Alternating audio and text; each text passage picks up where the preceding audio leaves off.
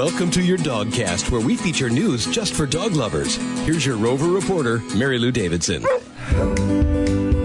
Hey, welcome to the Rover Reporter. I'm Mary Lou Davidson, and today we're going to be talking about a complex issue dealing with humans and animals that we've all heard about in the news.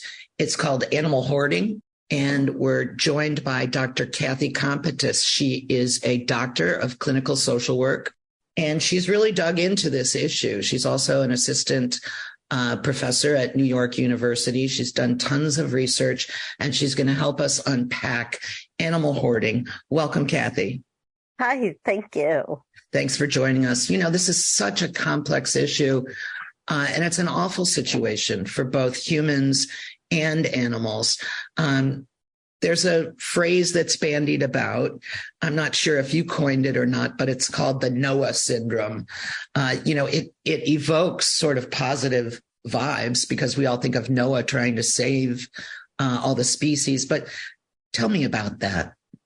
Sure. I would love to take credit, but I did not invent Noah syndrome. Noah syndrome traditionally implies that there's more of a biological component to this condition. And yes, absolutely. We like to think of Noah as rescuing all these animals. But the reality of the story is that he packed a lot of animals into a small boat, right? Or a big boat, but still he packed a lot of animals. So the idea is that Noah syndrome is a nicer way to describe animal hoarding, because I think there's such a negative connotation when we say animal hoarding, and we neglect to remember that this is a serious mental health condition. It's a syndrome, it's an illness, and it is something that we need to treat and respectfully rather than just reject and marginalize the people who suffer. Right. And Noah syndrome isn't really one size fits all hoarders. There are different types. Can you get into that with us? Absolutely. So firstly, I just want to mention that animal hoarding is not just about having a large number of animals. Really, there's no set number that people have agreed on. Really, it is somebody who has a large number of animals, but that also lacks the insight to realize that they are unable to care for these animals. So somebody can have a large number of animals and care for them very well. A lot of rescue organizations do this. But when somebody has a situation that deteriorates into complete squalor, neglect, unsanitary living conditions, that's when a regular companion animal or farm animal, it could be any species, that's when it turns to hoarding as opposed to just rescuing. So there are a couple of types of hoarders.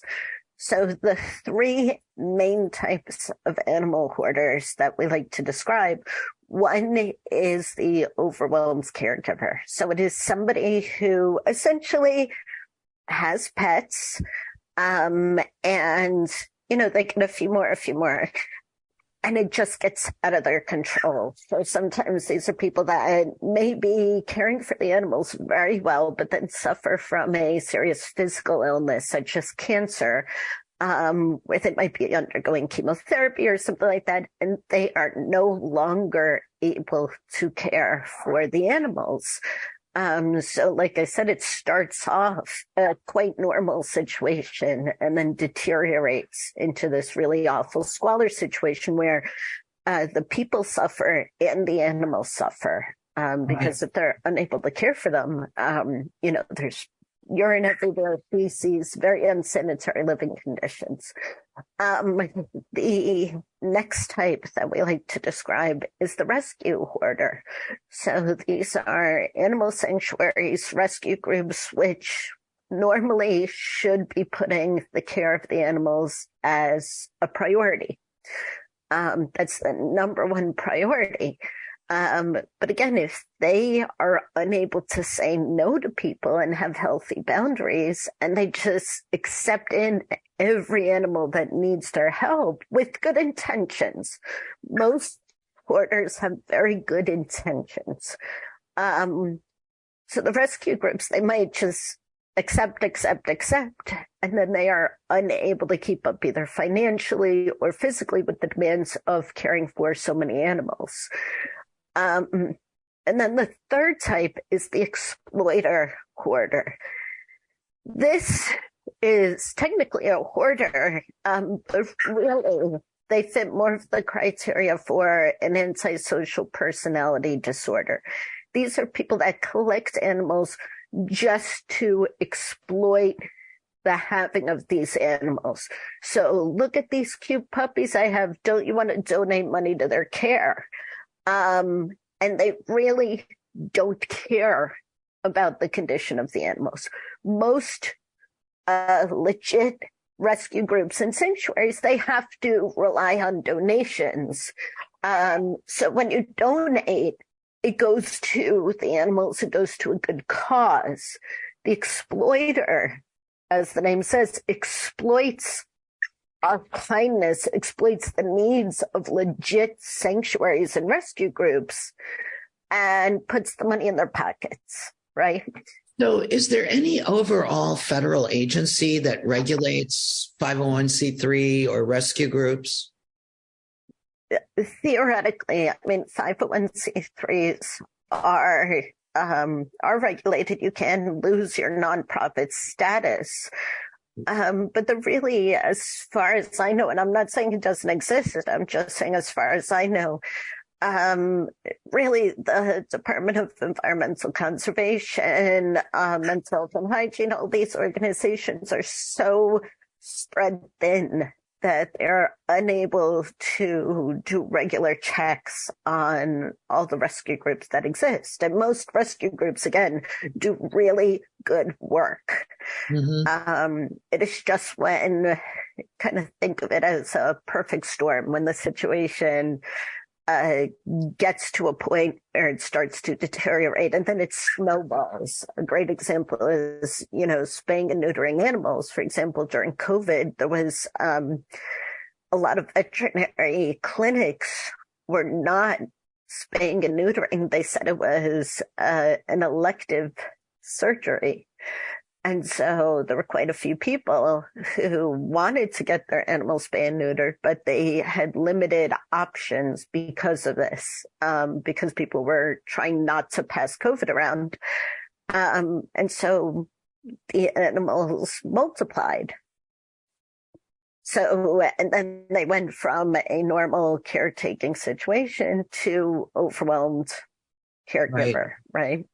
Right. So when a situation is exposed or discovered, we'll often see the local news guys out there with pictures, and the rescue groups and shelters come together to help get the animals off to medical care and hopefully to be rehomed. Sometimes the people are prosecuted and sometimes they just kind of fade away. You don't hear about them. What usually, is there a next step after that is automatically invoked when someone is doing this? So unfortunately, a lot of times there is not a next step. If they are legally prosecuted, then mental health treatment may be court mandated. But a lot of times it is just punished as animal cruelty, and the mental health component is fairly neglected. So with animal hoarding, unfortunately, there tends to be 100% rate of recidivism, meaning that the people start hoarding animals, for various reasons. They get discovered. They tend to isolate and become more secretive as it happens. Think about it. If your house is a little dirty, you tend to not want guests over, right? So when their house really deteriorates into a squalor situation, they isolate more and more. They also don't want people to take their animals, right? So they become very isolated, very secretive. When they do get discovered, what tends to happen is sanitation comes in, law enforcement comes in, the justice system gets involved, animal rescue groups come in. They take care of the animals. They take the animals out, which are suffering very severe health and behavioral problems at this point. They take care of the house itself because it's often dilapidated and completely unlivable. Often they become condemned properties. They move the person. They may get them some case management, so help them find housing or, public assistance kind of thing if they need it. But a lot of times the mental health component just falls by the wayside because there's so many other things going on. And it's, getting all these agencies to work together. It's like herding cats, right? So it's hard to get everybody to be on the same page.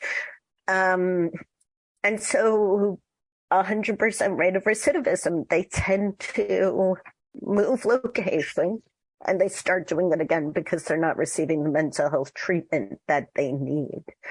And there is no list, a national list of hoarding violators. Not that I know of.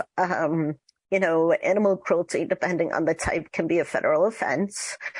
And there are different states that are trying to keep lists of animal cruelty cases, but they're not differentiating so much from somebody who has a serious mental illness, good intentions, right? Often they have this savior complex. They've suffered trauma themselves. These are trauma survivors often who want to save these innocent animals the way they were not saved themselves.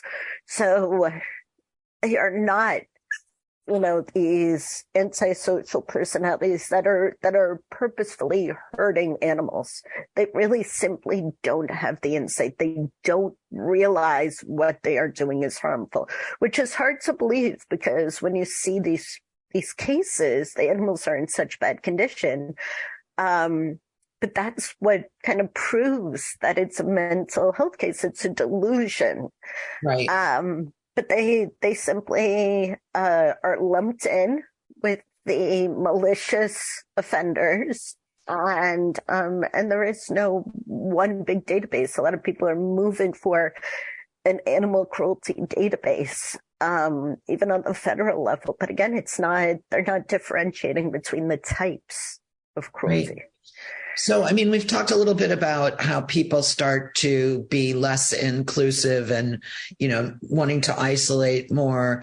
But how do we spot, a hoarder in the making among our friends or neighbors? Right. Absolutely. So, the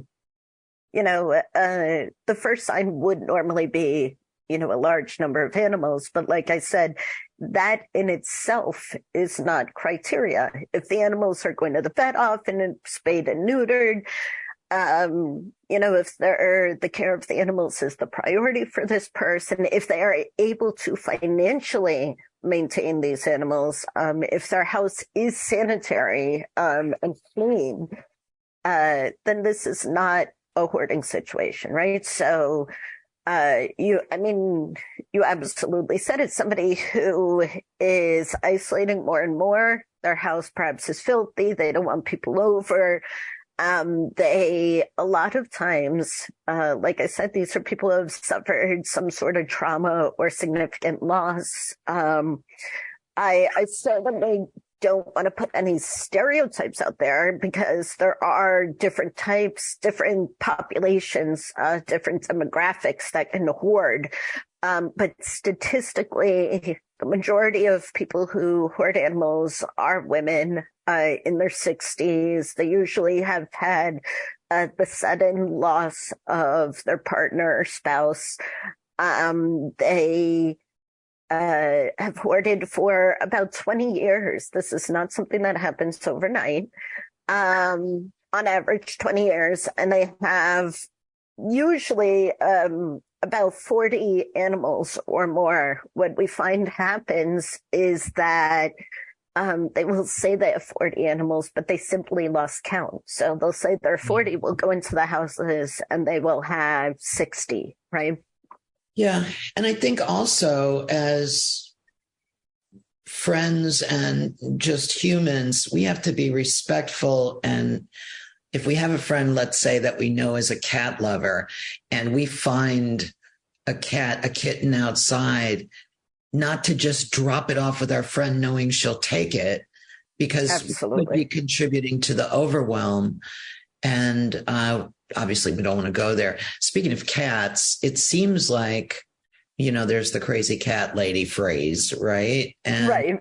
It seems like cats would be more likely to be hoarded. Is there any truth to that? There are very few actual formal studies done on animal hoarding. Again, because there are no databases, no national databases, right? The rescue groups are not collecting the type of information we need because they're more interested in rescuing the animals. So it is hard to figure out. It is slightly easier to hoard cats than dogs, for example. Cats are smaller, they move around a lot more, right? They don't bark, they're more quiet, right? So it's more covert, absolutely. But certainly there are plenty of people who hoard dogs, rabbits, guinea pigs, even farm animals. There's a case in Asia where a woman she started rescuing feral cows, and it has absolutely deteriorated into a hoarding situation. And people are trying to rescue the cows. And she says, but they're my family. I sing to them, which is beautiful. But they are suffering from malnutrition and hoof rot, and they really need to be rescued. So she is unable to see it. So cats in some ways can be easier, but it certainly is not the only animal. But you did hit it on the nail that people who hoard animals do tend to prefer one species. It's not, so somebody who hoards cats tends to only have cats. Not that they can't have other animals in the house. Sometimes they do, but they tend to prefer one species over another. Right. So you've dedicated your career to human behavior and the human-animal bond, but you also have a big commitment to critters. I see people with four legs walking around in the background. So tell us a little bit about you have a sanctuary, right? I do. Well, I have a 501c3 sanctuary, and my house is extremely clean. I'll say that. And yes, you might hear my quail chirping in the background periodically, which I gave him toys, but he's talkative today. Essentially, it is a micro sanctuary. We do not accept animals from the public. It is, and you're absolutely right. People will say, hey, you have a sanctuary. Here's a cat. Here's a dog. And I have to say no. All the time. You have to be comfortable saying no. And I want to help the animals, right? But I cannot do more than I can do. So we have a sanctuary, and it is a micro farm sanctuary. We have cows, pigs, pigeons, quails, bunnies, cats, dogs. But we are very much dedicated to studying the human-animal bond and promoting the human-animal bond. And as a psychotherapist, I've done a lot of work in animal-assisted therapy with trauma survivors. So we just are interested in looking more at the healing power of pets. And it's a subset of what we call ecotherapy, right? How being connected to nature is healthy for us. Yeah, I love that. I'd love to have you back at some time in the future and talk about that, because I think it's something that we all experienced, just the joy of going for a walk during COVID, which we probably didn't do because we were so busy walking to that destination that we had to. Absolutely. Right?